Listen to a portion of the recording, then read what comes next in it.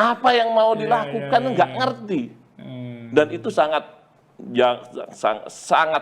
menyedihkan kita sebagai advokat yang sudah senior gitu Nah, melihat kondisi kayak seperti itu kan akhirnya apa? Menjadi bahan tertawaan daripada masyarakat. iya. Itu advokat atau makelar? Tapi banyak advokat gugatannya tidak jelas didaftarkan. Nanti ujung-ujungnya kalau dia kalah ngomong lah sana kan bayar hakimnya lebih besar. Iya, Nah iya, itu yang banyak dilakukan sama Praktek banyak. teman-teman Iya, kita. iya. Nah ini otokritik buat kita. Iya, iya. Sebelum kalian menonton video ini, jangan lupa klik like, comment, share, and subscribe. Dan jangan lupa nyalain lonceng notifikasinya, biar kalian gak ketinggalan informasi terbaru.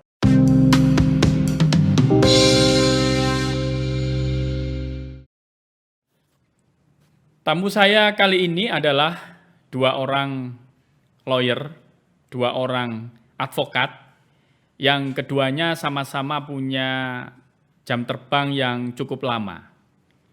Dan keduanya sama-sama menangani kasus-kasus, mulai kasus kecil, menengah, besar di sejumlah kota atau daerah di Indonesia.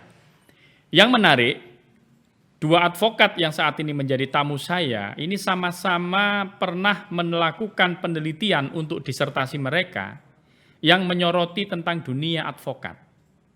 Ada yang mengangkat tema tentang malpraktek di kalangan advokat, dan yang kedua menyoroti tentang kewenangan advokat. Nah, pemirsa, saya ingin mengajak Anda untuk menyelami, untuk mengulik dunia advokat melalui dua advokat yang saat ini berada di depan saya. Nah, ini saya sapa dulu.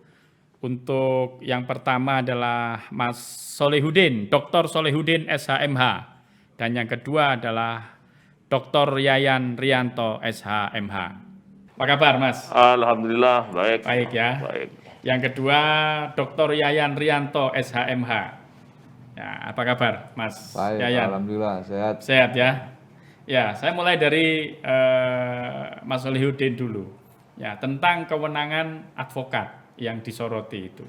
Itu tahun berapa itu pada saat meneliti tentang judul itu, kewenangan advokat itu? Saya meneliti tahun 2012. 2012.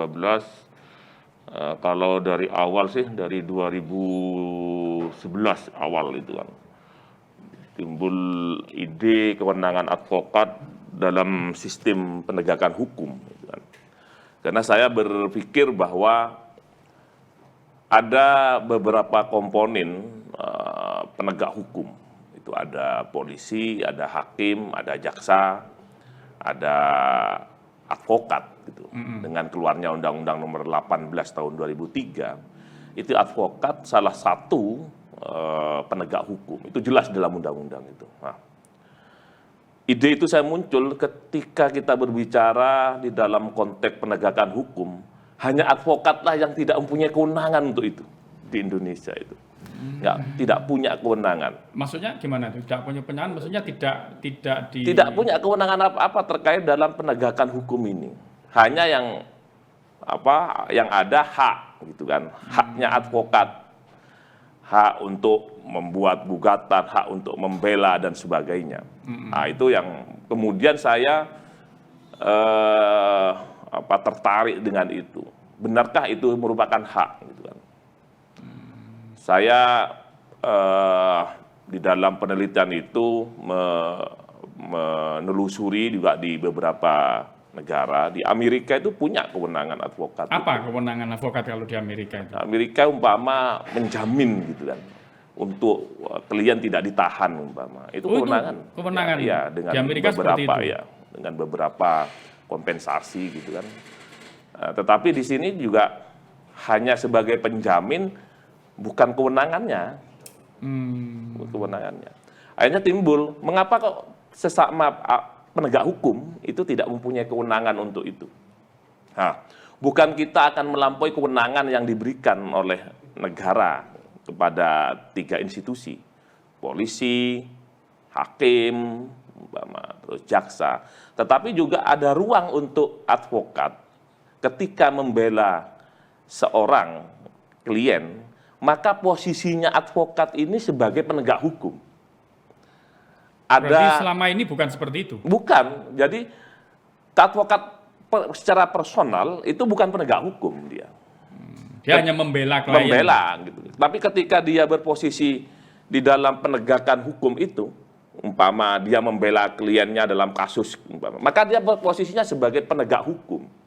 Makanya di kalangan advokat sendiri, kalau saya menelusuri di Malang saja itu ada beberapa rekan-rekan dari kalangan advokat yang tidak sama menyikapi itu. Ada yang mengatakan hak advokat adalah membuat gugatan, membela, mendampingi. Ada sebagian advokat, kewenangan advokat adalah mendampingi, ya itu.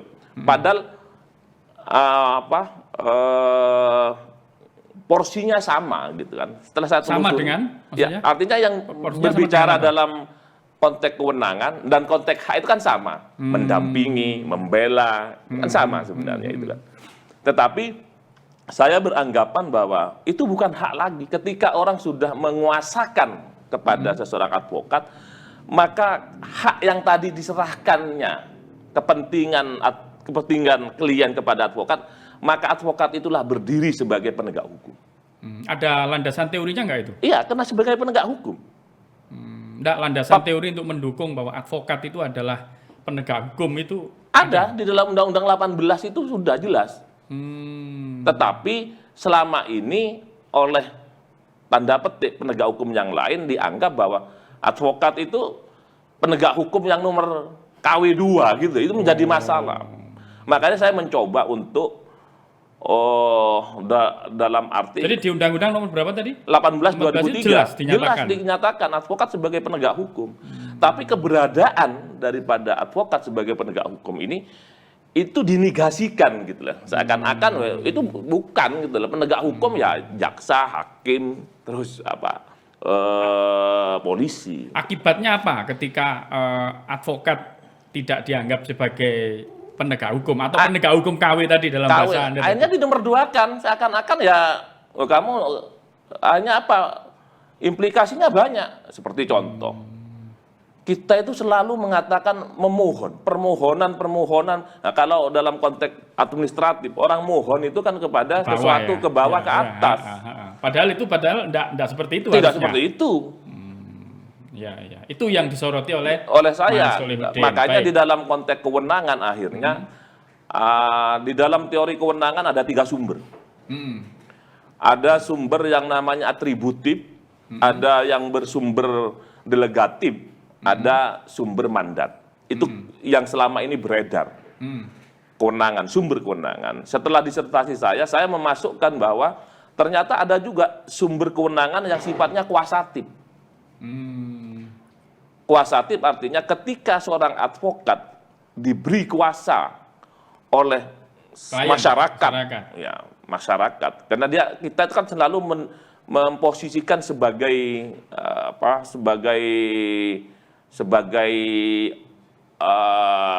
penegak hukum yang mewakili kepentingan masyarakat. Maka sejak itulah dia sebagai penegak hukum. Maka kesetaraan itu timbul. Nah, inilah yang saya tergelitik ya untuk meneliti masalah itu.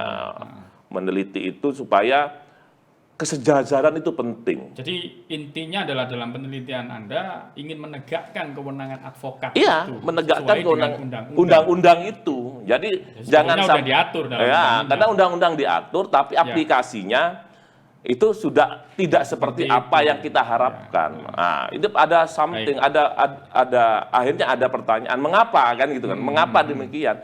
Memang kita tidak bisa melepaskan bahwa ada tanda petik stigma negatif yang dilekatkan kepada seorang advokat. Itu yang selama ini muncul umpama advokat itu kan membela orang yang salah umpama. Ini menjadi stigma negatif kalau menurut saya. Membela yang bayar. Membela yang bayar itu stigma negatif yang ada sebagian lawyer gitu loh yang tidak memahami ilmu gitu kan. Ilmunya seorang advokat itu mengiyakan. Oke. Itu Baik. menjadi masalah. Kayaknya benang merahnya nanti ketemu ini sama Mas Yayan. Ya. Mas Solihuddin tentang kewenangan advokat. Nah, sekarang Mas Yayan menyoroti tentang malpraktek advokat dalam penelitiannya untuk disertasi. Itu tahun berapa, Mas? Setahun mulai itu 2017, 18 awal. Oh, berarti masih ini ya, masih hangat ya, masih ada hangat ya. Jadi ketika kasusnya Setia Novanto itu, Setia Novanto. Ya. Oke. kan bagaimana seorang advokat itu membela kliennya itu membabi buta. Jadi kliennya sudah tersangka nih. Ya. Harusnya tugasnya advokat itu kan hanya mendampingi. Tidak perlu sampai merekayasa supaya kliennya tidak bisa Yang diperiksa. terbaru bukan Setia Novanto, yang terbaru ini Joko Chandra. Joko Chandra ya. Ya. Kolovakin. Iya. Itu Novia menurut Kolovakin. Mas Yayan Ketika saya mau buat disertasi, jauh itu sudah. Ya, sudah seperti itu. Karena zaman itu sampai akhirnya ada Fortuner yang nabrak tiang listrik, Setia Novanto. Iya. Nah, itu kan dulu. Direkayasa seakan-akan kecelakaan. Itu kan kita tidak perlu seperti itu sebenarnya. Kita Itu yang disebut malpraktek itu seperti itu. Kalau menurut penelitian saya itu juga termasuk malpraktek. Karena dia membela kliennya, jadi akhirnya klien jadi terjerumus. Jadi advisnya dia supaya menghalangi tidak terjadi pemeriksaan sebagai tersangka, dia dipura-pura sakit, mobilnya nabrak. Akhirnya dengan kejadian itu kan akhirnya advokatnya juga kena pasal pidana, menghalangi proses penyidikan, juga kliennya juga nggak merasa terbantu dengan apa yang dilakukan si advokat tadi. Jadi mubazir. Jangan-jangan itu permintaan klien. Itu Kalau juga itu permintaan klien bagaimana? Gimana caranya? Pokoknya saya ini akhirnya terus advokat terjerumus untuk mengikuti irama yang dimaui oleh klien. Nah itu memang ada macam-macam advokat ya. Advokat itu bisa, dia karena keilmuannya, dia bisa membedakan mana kemauannya klien dan mana hukum itu yang harus dijalani. Nah, kalau kita sebagai advokat yang benar, yang baik, ya kita mau ngasih tahu kliennya. Anda tidak boleh membuat seperti itu. Melarikan dari persoalan itu nanti tidak bisa. Kalau kita sebagai advokat harusnya adalah menyelesaikan masalah itu.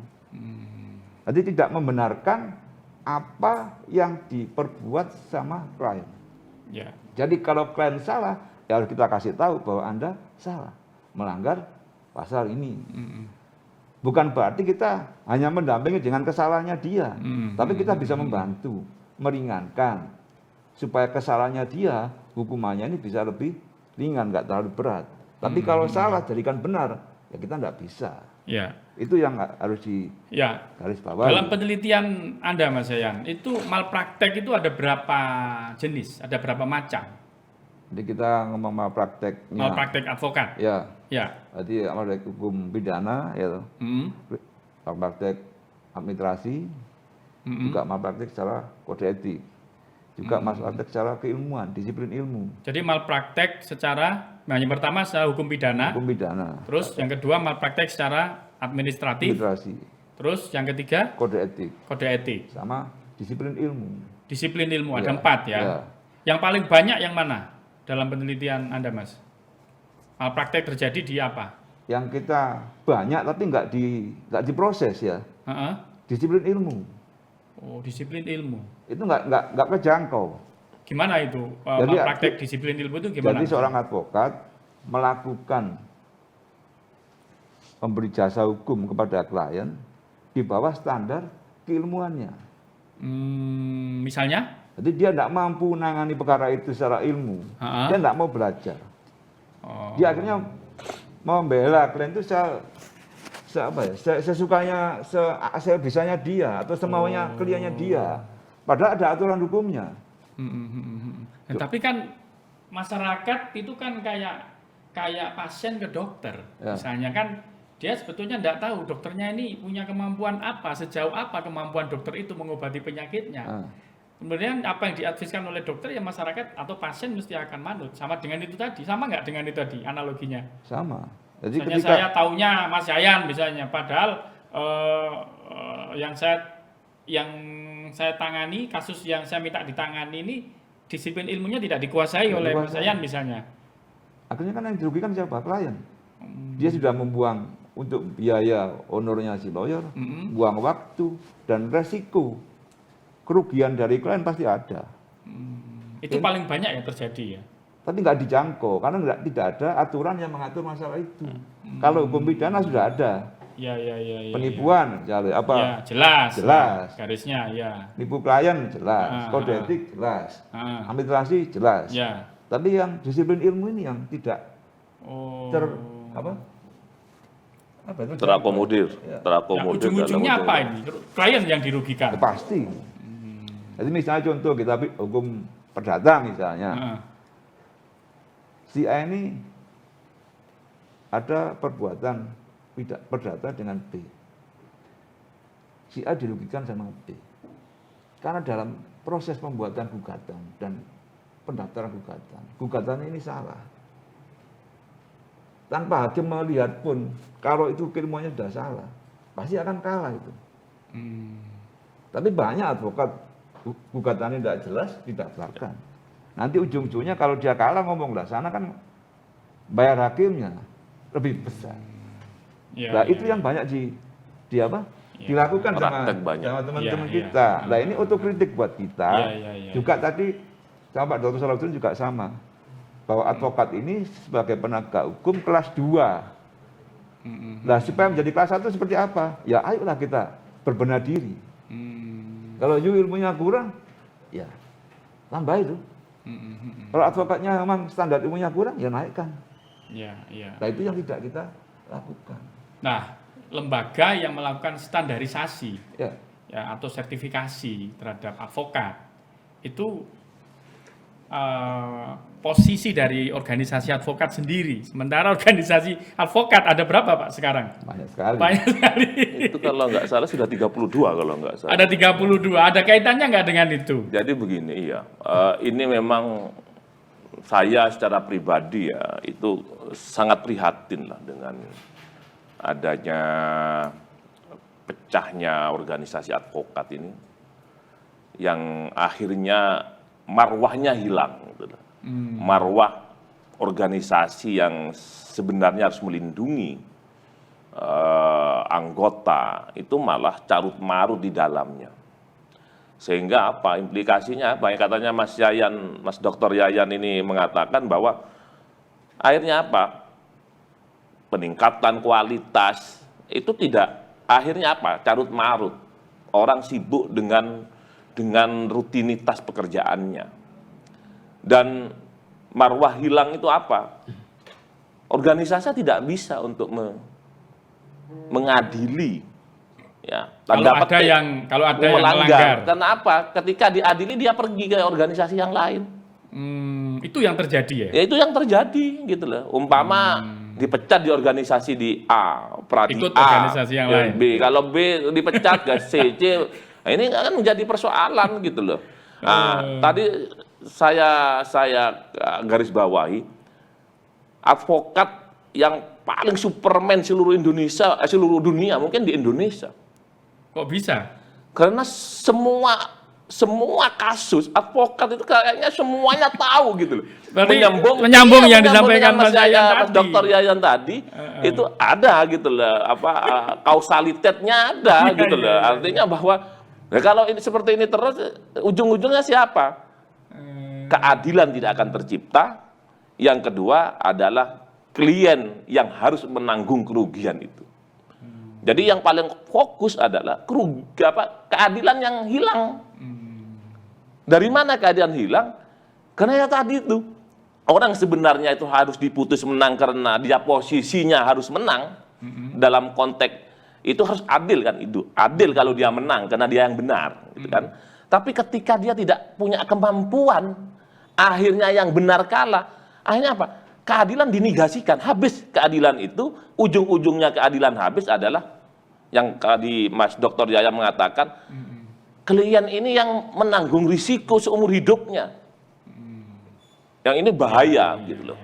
Ya. Jadi nyambung tadi ya bahwa disiplin ilmu, malpraktek disiplin Ya. ilmu tadi ya, Ya. Mas Solihuddin ya berarti ya, betul ya? Ya, benar. Artinya klien tidak tahu. Tidak tahu. Perlu nggak menurut Anda berdua ini kira-kira portofolio dari masing-masing lawyer ini harus dipublish begitu? Perlu nggak seperti itu? Kalau saya Supaya klien tahu. kalau saya secara pribadi memang ke depan gitu kan. Kalau di Amerika itu kan, di Jerman, di Belanda gitu kan, itu advokat itu sudah ada sertifikasinya. Kalau umpama dia dalam rangka advokat yang menangani kasus-kasus publik, ya itu kasus-kasus publik dia yang tangani. Tidak masuk kepada ranah privat. Kalau privat umpama ya itu ya privat. Kalau bisnis ya bisnis gitu. Kita kan semuanya, Mas.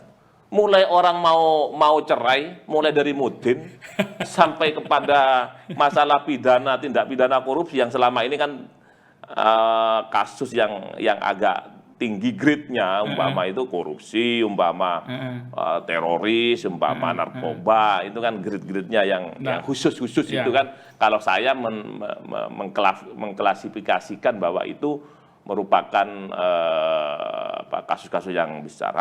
Celakanya tadi katanya Mas Dr. Yayan, orang nggak punya kemampuan diberi sekuat kuasa, ditandatangani aja, padahal dia nggak punya kemampuan. Dan bayar gitu loh. Dan bayar gitu loh.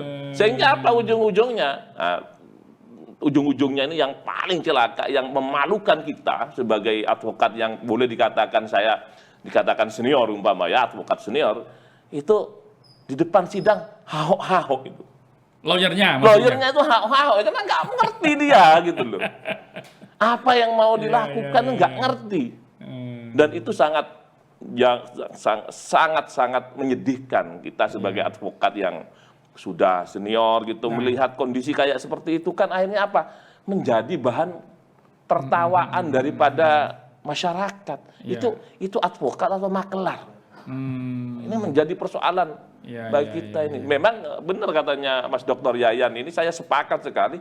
Ini tanggung jawab kita. Kita bukan menyoroti dalam konteks konteks negatif, bukan. Dengan adanya hal semacam itu, mari kita membenah diri gitu loh. Makanya saya selalu mengatakan no sogok gitu kan. Mengapa? Saya akan menciptakan hal semacam itu supaya apa? Ada kesejajaran dengan penegak hukum yang lain. Jadi kita harus membuka dada gitu. Kalau dia buka dada, saya buka dada gitu. Artinya berarti sebetulnya Mas Solihuddin, adanya kesan bahwa lawyer atau advokat itu didudukkan sebagai kelas 2, penegak hukum kelas 2 atau KW tadi, sebetulnya yang merusak adalah oknum advokat itu sendiri. ada sebagian besar Betulnya, ya? oknum advokat itu sendiri. Ada. Tapi ada juga yang tidak paham juga penegak hukum yang lain. Ya seperti jaksa, seperti hakim, polisi, seakan-akan ini penegak hukum dari mana? Kadang-kadang kan dipertanyakan juga gitu loh. Maksudnya Akibat penegak hukum dari ketidaktahuan mana? mereka. Penegak hukum dari mana maksudnya? Artinya bahwa kita sejak 2013 sebagai penegak hukum, itu saya nggak ngerti juga kadang-kadang. Ya, Jadi kesannya meremehkan akhirnya. Dan itu kadang-kadang kalau saya sangat menyakitkan kalau saya itu gitu. Artinya kalau ketika ada oknum yang semacam Ini itu, penegak hukum dari mana? Terus kita batin, nggak kenal sama saya. nah akhirnya begitu. Makanya saya katakan kalau semacam itu ya kita adu keilmuan gitu. Kalau saya selalu mengatakan adu keilmuan gitu. Baik, Mas Yayan, tadi soal malpraktek disiplin ilmu. Tadi rekomendasi dalam penelitiannya Mas Yayan itu siapa? Lembaga apa yang harus menjawab persoalan itu menurut rekomendasinya Mas Yayan? Jadi harusnya itu organisasi. Cuman kendala sekarang kan organisasi. Sempat nggak organisasi yang terpecah-pecah itu ngurusi yang seperti itu? Sempat sebenarnya. Sempat. Jadi pernah tahun 2018 ya. Itu di Jakarta itu semua organisasi kecuali peradinya Pak Udo ya. Itu berkumpul di Warung Daun di Jakarta. Kapan itu, Mas? 2017 ya. Mereka bersepakat bahwa kode etiknya harus sama, standar profesinya juga harus sama. Jadi kalau ada advokat yang nakal disidangkan di organisasi A, maka yang organisasi yang lain juga harus mengikuti, tidak boleh menerima. Kalau enggak membuat Dewan Kehormatan satu. Jadi sidangnya itu satu, bukan di sidang masing-masing organisasi. Jalan nggak itu kesepakatan itu? Ya sementara ini nggak bisa jalan. Karena apa? Karena ya itu tadi Dan ada. kelihatannya sulit ya jalannya. Karena ada beberapa organisasi mungkin yang merasa bahwa saya ini paling besar, ini nggak banyak itu, seperti itu. Tapi sebenarnya tujuan kita ini kan sama. Mereka yang ada organisasi yang masih ngotot single bar, ada juga yang ngotot multi bar. Gimana Tapi itu maksudnya itu? Multi bar itu kalau single bar itu berarti satu organisasi. Jadi semua lawyer itu organisasi satu. Nah kalau multi bar banyak organisasi, banyak ketua-ketua. Nah mereka di warung daun itu semacam bersepakat. Jadi ketuanya boleh banyak lah. Tapi Dewan Kehormatannya satu. Standar profesinya satu. Kode etiknya satu. Jadi itu berapa organisasi advokat yang berkumpul pada saat itu? sekitar 25. 25. Iya. Dan sebetulnya ada kesepakatan di Ada warung daun itu. Iya ada. Tapi tidak dilaksanakan. Tidak jalan. Ya, tapi, Kenapa kira-kira? ya masing-masing kan punya ego sendiri. Kayak kemarin kita ya, Menko Polhukam mengumpulkan 3 tokoh ketua umum Pradi. Pak Luhut, Juniper, sama Fauzi. Untuk membuat Pradi ini bersatu. Nggak usah ngomong advokat yang lain dulu lah, Pradi ini bersatu. Sampai hari ini belum selesai, udah setahun lebih. Nah, kalau yang advokat yang sudah papan atas ya, udah kelas nasional, oke lah, nggak ada masalah ya. Tapi yang di daerah tentu bermasalah. Yang di pusatnya seperti itu, apa yang di daerah. Dan ini sangat mengganggu kredibilitas. Makanya tadi Pak Dr. Soldi mengatakan kemenangan, terus sebagai penegak hukum. Ini saya sebutkan undang-undangnya ya, undang-undang advokat tahun 2003 pasal 5 tentang advokat menyebutkan advokat berstatus sebagai penegak hukum, bebas dan mandiri yang dijamin oleh hukum dan peraturan perundang-undangan. Jelas ya itu ya. Iya, pasal 5. Iya. Maka kedudukan advokat adalah setara atau sederajat dengan aparat penegak hukum yang lain. Pertanyaannya, apakah mental advokat itu sama dengan penegak hukum yang lain? Tentu tidak. Iya. Masing-masing akan kembali kepada pribadi advokat itu. Bagaimana dia menempa ilmunya, bagaimana dia membuat jam terbangnya tinggi, pengalaman jadi kuat. Jadi nabrak hakim berani, nabrak polisi berani. Nah sekarang di pengadilan, sorry ya, ngomong ke majelis hakim kan harusnya cukup ketua majelis hakim yang terhormat cukup. Banyak sekarang ngomong yang mulia, itu nggak ada aturan. Nggak ada aturannya menyebut yang mulia. mulia. Nggak ada. Itu kan berangkat dari bahwa penegak hukum itu termasuk officium nobile gitu, dan profesi yang terhormat. Makanya kan ada kata-kata yang mulia itu kan berangkatnya dari situ sebenarnya. Hanya sekarang ini kalau istilah yang dipakai oleh mantan hakim. Tapi dalam prakteknya Mas Solihuddin sama Pak Yayan yang terhormat. Tidak menyebut yang mulia. Ya, yang terhormat. Tidak pernah menyebut. Nggak mau. Yang terhormat. Mas Yayan tidak mau juga. Iya. Karena sejajar tadi. Sejajar itu. Yang terhormat gitu kan. Kadang-kadang juga hakim juga sama, kadang-kadang melihat kita yang terhormat beliau gitu kan. Jadi karena kesetaraan tadi itu gitu. Iya. Jadi kita kalau memang hakim salah dalam proses persidangan, kita boleh negur. Boleh. Selama dia melanggar hukum acara, ya kita tegur. Tapi karena tadi kembali lagi kepada faktor. Jadi sudah ada lawyer atau advokat merasa inferior, belum sudah inferior begitu ya? Iya. Iya yang mulia, iya mau adu kayak lu Anda ini lawyer atau pesuruhnya hakim. Itu bagaimana Anda bisa membela klienmu dengan baik? Posisimu aja udah di bawahnya. Di bawah. Ya. Sebetulnya sama ya dengan jurnalistik itu, pers itu, dan kita punya prinsip kesetaraan. Ya. Jadi kita dengan narasumber itu setara. Kalau wartawan itu kan begitu. Berarti kalau advokat dengan sesama penegak hukum itu setara. Setara.